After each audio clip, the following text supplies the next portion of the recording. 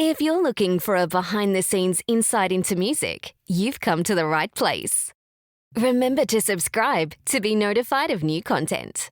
Hey, I'm Ellie D, and this all started back in 2016 when I was hosting Breakfast Community Radio. It was then that I realised my passion for Australian music, or rather supporting the Australian music community. I didn't know then that we were going to be hit with a pandemic, but look where we are now. It's 2022. I've got 5 amazingly talented Australian singer-songwriters that are going to be sharing with you over the next 5 episodes what their experience has been like as an Australian muso. This is Behind the Music with Ellie D.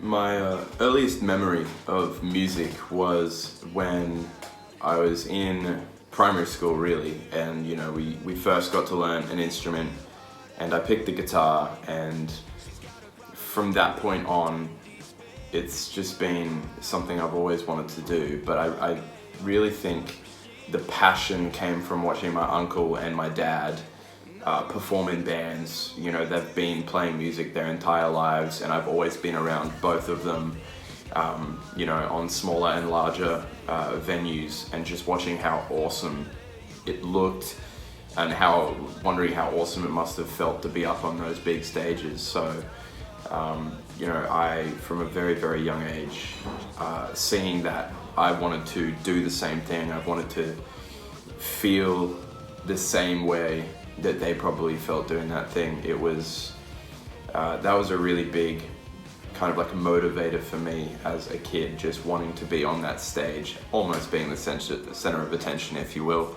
But my earliest memory of music was that I've always been around it. Like, I know that's not really a memory per se, but it's always been a part of my life in some way or another. I don't think there's been a single second where I haven't been around something musical, whether that be the radio on, or practicing my guitar, doing some singing, being around my uncle or my dad. So my earliest memory is literally just that music has always been there.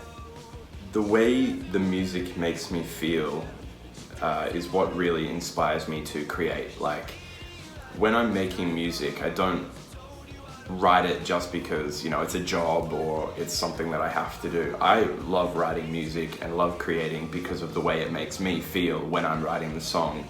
All the way from the writing process into the producing, the mixing, even the mastering sometimes, is just the way it all changes and makes you feel listening to a song that you've created over and over again while you're writing it and polishing it. Just the feeling you get from adding a new part and going, oh, it sounds great, now I'm gonna see what I can add next that'll make me feel that certain way. It's kind of like chasing a high, I guess. So it's not like I have an inspiration that's say my family or my job, not that those aren't great inspirations, but for me it's more about how writing music makes me feel while I'm writing it, and it's something that I love and I'm never going to stop doing, so that inspiration is always going to be there. I guess I really identify with artists of a similar genre, so for me that's actually a lot of music that's written in the UK, so bands like the 1975, the Wombats, Two Door Cinema Club, Circa Waves, like those kind of musicians are people that I really identify with as, firstly, musicians. I've never met them in person, so I can't say I identify with them as people, but the music they write, gets me going. I really love it, and it inspires me to create the music that I create. So those kind of musicians from the UK really inspire what I do. But I guess I also really, really love the style of 5 Seconds of Summer, that really massive Australian band that everyone's heard of. Those guys have some really, really awesome music that I really enjoy, and it's all over my playlists that I sing to all the time. So, those 5 bands that I mentioned really kind of shape where, Katanak gets its vision from, if you will. The social media platform that's helped me the most is actually Instagram. I'm not exactly the most hip artist out there. I don't troll social media all the time. But using all of them at some point, I've found that, at least for me as an artist, Instagram has had the best reach, because that's the audience that I'm chasing, you know, young adults basically. And all of those kind of people that listen to the bands that I love are on Instagram.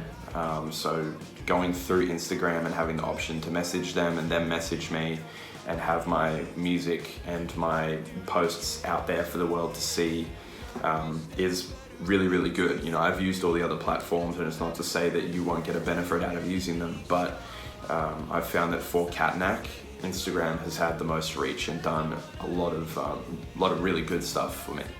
OzNow Radio is a godsend for, you know, Australian artists that haven't made it into the big leagues yet to be able to play, to get played by, you know, the big radio stations. It's a tough slog for anyone that is a musician or wants to be. Getting played by radio is really, really tough. Even community stations, you know, obviously everyone's trying to get played. So fighting for a spot is really, really difficult. So having a radio station like OzNow that's dedicated to just playing Australian music 24/7 really does help a lot, because a lot of the music on other radio stations, I'm going to say the word diluted, not that it's a bad thing, but it's got a lot of other countries' artists, which, you know, is great for getting a wider variety of music taste, but it really does narrow how much Australian artists can, you know, get a foothold in the industry. So OzNow is a really great help to Australian artists like myself.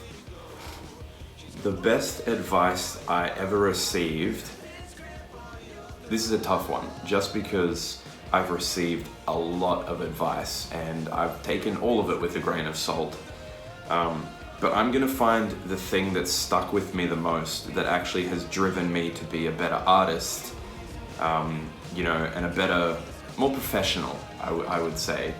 And it's not even a piece of advice, it's actually kind of, it's kind of an insult, but it taught me that maybe I'm not the best for the job and I need to be better. And I think that's actually really good advice. You know, it was my uncle back when I had my first gig 7 or 8 years ago. I was in my first band, and, you know, I'd just come off the stage from playing an hour's show, and, you know, let's be real, it was my first gig ever. It was honestly probably pretty terrible, even worse than terrible if we're being honest.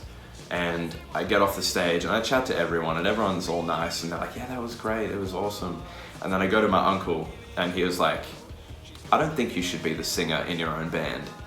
And like, that stung. Like, that was like a full slap in the face. And it cut me up for like a really long time. And then, you know, I didn't want to admit it, and that's an ego problem, is definitely not something you want to have as a musician, because you're going to get knocked down a lot. And I definitely had one of those where I just believed that I was the best for the job no matter what. And after he said that and it cut me up and I thought about it for a number of years, it really did occur to me, unfortunately way later than it should have, that no, I'm not the best for the job and I actually need to train. I actually need to be better and I need to be more professional. I need to practice. I actually put in the time. So what other musicians can learn from listening to this is that you're not the best for the job yet being the key word. So if you want to be the best for the job, you have to put in the time, you have to put in the effort, and you have to put in the practice. If you don't, and you just believe that you are the best, sure, it might work for about 0.01% of artists out there, but for other people like myself, I've found that I've got way better results from literally putting in the time and the effort and the practice. People notice, and people will give you the chance if you can show them that you're willing to put in that time, effort, and practice. The worst advice anyone has given me, once again, a tough one. I've received a lot of good and a lot of bad advice, but some good advice I'm going to give you is to not take everything at face value, which was the bad advice that we kind of received from a lot of people around us back in one of my earlier bands. and we kind of believed everything everyone was said. And I'm not going to name any names, but we worked with a company that did PR, and they basically stole our money, if we're being honest. And we believed everything that they said, so we signed up with them, and it all went downhill. And the piece of advice I can give you is do your research and don't believe everything that everyone says. Make sure you hold them accountable to that and see if they've got results. Otherwise, you'll end up like me in my previous band and lose quite a fair bit of money. But that being said, do not take everything at face value. Make sure that you actually do your research first. It will save you a lot of time and money in the long run. COVID has been this funny kind of thing for Katanak because, yeah, it got rid of all the live shows, but it actually helped push me in a different direction than where I probably would have gone if COVID had not have been a thing. Back in 2020 when it first started, I was part of the Cube Effect, and that was, you play a couple live shows, you work with a lot of mentors around Brisbane, and you get to film a music video. And with that music video, I probably wouldn't have done a whole lot with it if COVID hadn't have happened, because I would have been playing a lot of live shows and tried to focus my effort on that. But being stuck at home and everything locked down, everybody was online watching music videos, watching live shows from previous years. And so I took that opportunity to put my music video out there and just send it out. And it's gone really, really far, in the 2 years that we've had it running, just putting it out there. We chucked it up on Instagram, and I haven't checked in a very long time, but I think the last time I checked it had over 500,000 views, which was, a lot. COVID kind of impacted a lot of what we did live, but it also gave me a really good chance to focus on myself as an artist and take the time away from the stage to focus on being better when we get back to the stage. I've played 4, 5, 6, 7 shows in this new year, and having that time away last year, for the majority of last year, has actually done a lot of wonders for me as an artist, progressing and getting the time to practice rather than having to keep all the same songs that I've already known and only practice those. Time away has given me and my band the ability to practice new songs and bring those into the set without the fear that we're going to get them wrong on a show that we have the next day or something. So it's also been good in a way that I did quite a few online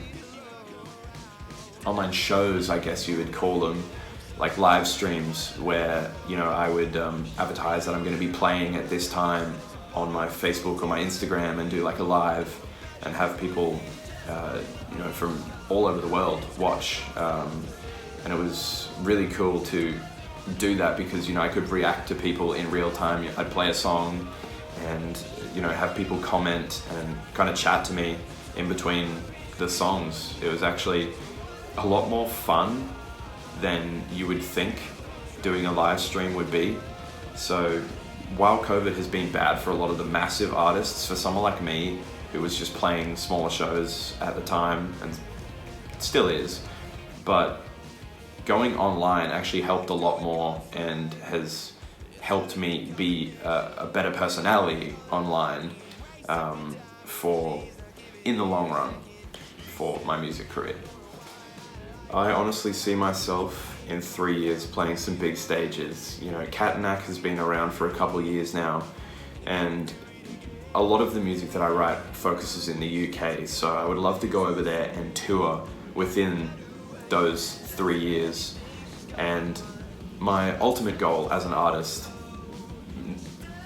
maybe small to some bigger artists, but to me, playing the Wembley Arena in the UK is like up there. Like once I've hit that, that's the ceiling, anything else is just a bonus. So I would really, really love in the next 3 years to be playing, even just opening at the Wembley Arena. That would be that would be a dream of mine. So within the next 3 years, Wembley Arena, I'm coming for you. The best advice I can give you as an aspiring artist is to put in the time, the effort, and the practice required to be the best you that you can be.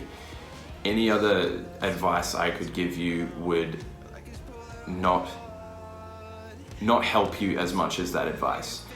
You know, I could tell you to go to this booking agent. I could tell you to go to this musician and have them join your band. I could tell you to go and do a million other things. But at the end of the day, if you want to make it in the music industry, honestly, you have to try and be the best you that you can be, which just takes time, effort, and practice. It's simple as that. At the end of the day, if you put in the time, you put in the effort, you put in the practice, people will notice and people will give you those chances that you are looking for. Want more? Check out the Behind the Music with Ellie D podcast, available on Spotify and Apple Podcasts.